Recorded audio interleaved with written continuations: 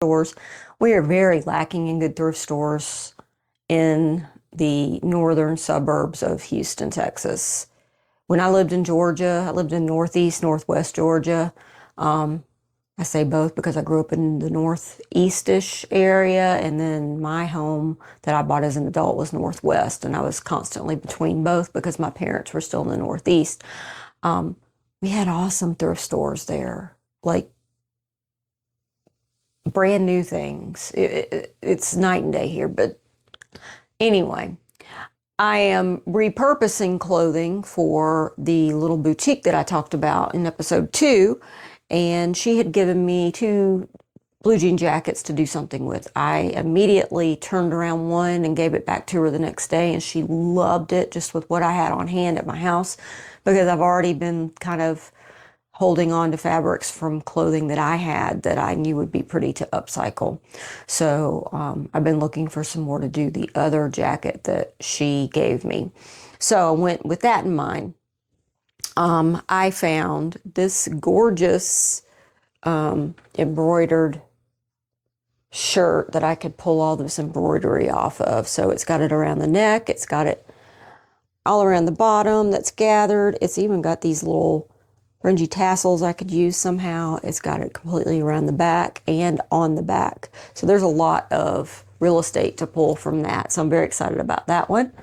And this was a brand new thrift store where I got these particular pieces, and she was super nice. And I was talking to her and telling her about what I do. And she actually gave me a couple of items for free. So that was really nice. And we exchanged phone numbers. The second thing I found was this dress with this lace on it. So I'm going to pull the lace off and repurpose that. I think I'm going to use this on this denim jacket that I have because it's a light denim and this orange would be beautiful with it. And then I'm also going to pull the buttons off and use those in another project down the road. To go along with the orange theme, I found this pretty scarf that I could piece off onto a garment and possibly that jacket to match that lace.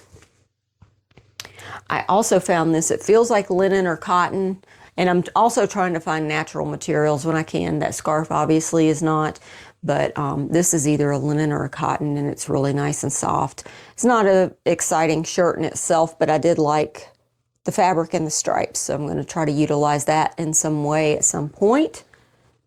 And then the last thing I found at that store was this top that also has some pretty embroidery on it that I'm going to pull off and use in another way at some point. You can see that up close. It's very pretty. It's all down the sleeves on both sides. The only thing on the back is really what's on the sleeves. There's nothing else on the back. So it's got the top, nothing on the bottom, just the stripe material. But this is also a natural fiber. This feels like it's cotton. So I really like that. All right. So the last thing that I bought was at Goodwill, and go back and repeat this. Goodwill here is not nearly as good as what's in Georgia. Back in Georgia, they're a lot bigger, they're a lot cleaner. There's a lot of new stuff that can be found, just overall nicer. So I'm very disappointed in the thrift stores here in Texas. We've lived here for 12 years now, and I've not found anything really exciting as far as that goes. And I'm not traveling down into Houston because I don't like dealing with all that. I will have to go to Mood Fabrics though at some point. I'm excited to do that, but I got to be prepared to spend a lot of money, and I don't have it right now with the whole business launches that I'm doing. So anyway, I found this. They advertised it as a twin sheet, but it's not a twin sheet. I think it's a tablecloth, and it's either linen or a nice cotton. It's got a very nice feel to it. I am going to make myself a dress out of this. I've got a pattern that I did a sew along from a master tailor a few months ago that I've made 2 of the same dress. It's a shirt dress. And I want to make a third one because the second one that I intended to make that was going to be the most beautiful thing ever didn't exactly turn out that way. It's an okay dress. I wore it this week. It's just not exactly what I envisioned. So I'm going to redo it with this, and it's going to be knee length. It's got a collar, and I think I'm going to make the collar in a red color. and possibly the cuffs to the sleeves. I'm not entirely sure in the belt that goes with it. I want to have some kind of contrast on here, but this color is not exactly my best color. I need some brighter color next to my face, which is why I keep my hair with some color in it. So that's my plan for that. So that's the sewing. Just a quick story about my sewing so you guys can get to know me. I've sewn off and on my whole entire life. My father is the one that taught me to sew, which is an unusual fact. Excuse my mess back there. I have a tiny little space in here in my office, and this is my sewing nook, and I have kind of a junky area back here. But my father was the one that actually taught me to sew. He made custom draperies part-time before I was born. And I don't know if my dad could follow a pattern. I never actually asked him that. But he could make his own patterns. He could sew pretty much anything. He taught me how to use a machine, and I observed him making patterns for things. When I bought my house, my very first house in Georgia, I was 27, I think, and I didn't have a lot of money. It was a stretch to be able to even buy that house, but I was thrifting and buying at garage sales where I could, and I bought this table set that the chairs were pretty ugly and needed a lot. And I thought, throw a cover on them and then deal with them later as far as painting them, stripping them, recovering the upholstery, whatever. So I wanted to make slip covers for them. And I had, at that time, those beautiful full length, and it was a Parsons chair. So those beautiful full length to the floor skirted table covers were in style, and the big bow on the back. I don't know if any of you remember that. I wish I still had those, but I don't, sadly. I didn't really appreciate a lot of the things that my dad helped me do until later, and now I don't have them. But I bought a pattern, and I bought the fabric, and I just went over there one weekend because it was my habit to go visit my parents every weekend. And he didn't use he saw the picture on the pattern, but he did not use that pattern. He took the chair and made his own pattern, and he had a set of 4 of those sewn up for me before I left for the day. He did all of it. He didn't complain. My dad would do a lot of things for me. He took care of me when I was younger, so I truly do miss him.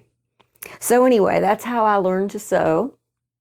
And I took sewing, I'm sorry, a little teary-eyed now, took sewing in high school because I wanted to learn to read patterns, because my dad didn't teach me that. And that's why I'm not sure if he knew how to read patterns. He never offered that. But my dad was very ADD, so that might have been it as well, which I think I've got a little touch of that as well, because with all these business ideas I've got in my head right now, it's like, Tina, you can't do all of them. You've got to focus on 1 or 2 and give that your all.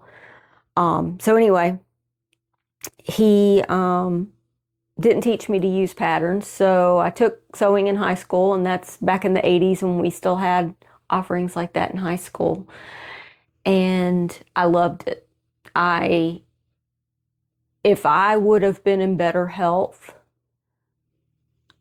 there were so many things I wanted to do, so many things, but the thought of going to school after high school, I just couldn't. I didn't have the energy. I've had chronic fatigue as long as I can remember. I've always been a very tired person, and I'm angry over that. I wish that I had the energy to match my mental capacity. I'm constantly thinking of things. Oh, I would love to learn to do that. I would love to do that. And I just have to realize I don't have the mental capacity and the energy because, well, really the energy which affects the mental capacity. So I didn't go anywhere with that. But now I'm back to sewing after a 20-year hiatus. I keep taking 20-year hiatuses on sewing for some reason. And then I pick it up like it was never gone. And that's what happened to me with that first shirt dress I sewed with the master sewist sew along a few months ago. I had not touched a sewing machine to seriously sew anything since I was in my early 30s. So that was 20 years ago. And they advertised it as beginner friendly, even though I'm not a beginner. I call myself intermediate. There's no way a beginner could have kept up with that. I was so proud of myself for keeping up with that during the majority of the 5 hours we were live online together. Towards the end, I did get tired and was starting to make a lot of stupid mistakes. So I made the decision, it's kind of silly to just keep going because you're guaranteed to make a mistake because you're tired. And I finished it the very next day, and I have worn that a few times out. In fact, it was in the social media video that I talked about in my last episode with the boutique, and that did come out. I shared it with my friends and family. I'm not going to share it here just because I don't want to dox myself to where exactly I live, but it turned out really cute, and I hope that we can bring in the business so I can do the hat burning for her. Regardless, it was fun to do. So there we go. On to, sorry about that. I lost my microphone cover here, and I didn't have it on the first segment, so I apologize. I'm still new to all this, trying to remember all the things. So on to that, just really quickly, I've been debating how to go about this channel and the chronic illness, because I don't want it to be a Debbie Downer type video situation. I want to inspire others going through chronic illness, and I want us to have a community. I want us to be able to reach out and talk to each other, because only we can understand what living life with chronic illness is like. So I think I'm going to just sprinkle a few tidbits here and there rather than just doing a dedicated video. It might change. We'll see. We'll see what gets traction. So I have suffered my entire life. One of my very, very first core memories is having a migraine, if that tells you anything. I've got a headache today, so if I look a little ragged, although I don't ever wear makeup unless it's a special occasion or do my hair, it's wash and go most of the time. So this is what you're going to get most of the time. But I've suffered my entire life. My first memory was having a migraine. I've suffered with them my entire life, though not to the extent that I've seen some people, thank goodness. And I feel for you guys, because my migraines, I can't function when I get them. They are really, really bad. They have slowed down quite a bit since I've gotten my POTS under control. So I feel like that electrolyte imbalance that I had going on possibly contributed a lot to them. So thank goodness I have not had one in quite a while. In fact, mine are so infrequent that my migraine medicine that I get prescribed, it will expire before I ever use it all. And I only get like 10 pills at a time. I just like to have them on hand, because as you know, if you suffer with migraines, once you get that, there's only a few things that might get you out of it. And nothing gets you out of it fast. You kind of just have to suffer silently in a dark room and don't move, or your head's pounding. So those are miserable. I've suffered from autoimmune the majority, if not all of my life. I was diagnosed with lichen planus, I think is what it's called. There's two very similar ones. It's the urogenital one that I have. And I did not realize that's what I had up until a few months ago. I saw a video online and a light bulb clicked. And I was like, that's what I had as a child. And the reason that I know that is, and I'm not going to get graphic because it's a very personal thing to have, and if you know, you know. But the reason I know that is because the treatment is still exactly the same, which is either estradiol vaginal cream or steroids. And I distinctly remember as a child when I had it and my parents debating about the treatment because the treatment could potentially cause me to have cancer down the line. And I know that the hormones definitely have that warning attached to them, and possibly the steroids. I'm not entirely sure. But what makes me really angry about that is there should have been some better communication between my doctors, my parents, because my mom didn't even remember what that was when I came to be 18, because when you turn 18 and you become an adult as a female, you go to the gynecologist and you start that whole part of your life. And I wanted some answers because I was having issues. And I went and tried to get my medical records from my pediatrician. I don't know if I succeeded. I can't remember. And to give them to I must not have, because gynecologists never said anything to me. So the reason that I'm angry is because, one, it's an autoimmune condition. And as anyone with an autoimmune condition knows, if you got one, you're going to stack more on top of it. So that would have been nice to know, to start looking out for autoimmune, because I definitely have the autoimmune stuff to go with it. I was diagnosed with Hashimoto's in my early 30s.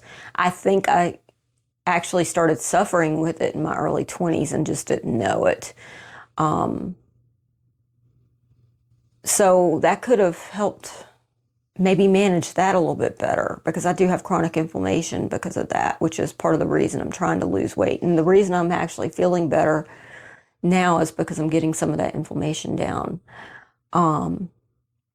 So those are a few of the things that I have going on, particularly the things that I'm mad about that affected my life, my whole entire life.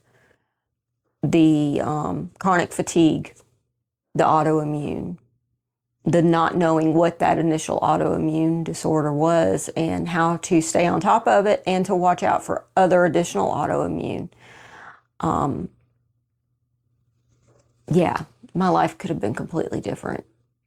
So I just need to suck it up and move on. And that's where I'm going to end the story, and we will talk again next time.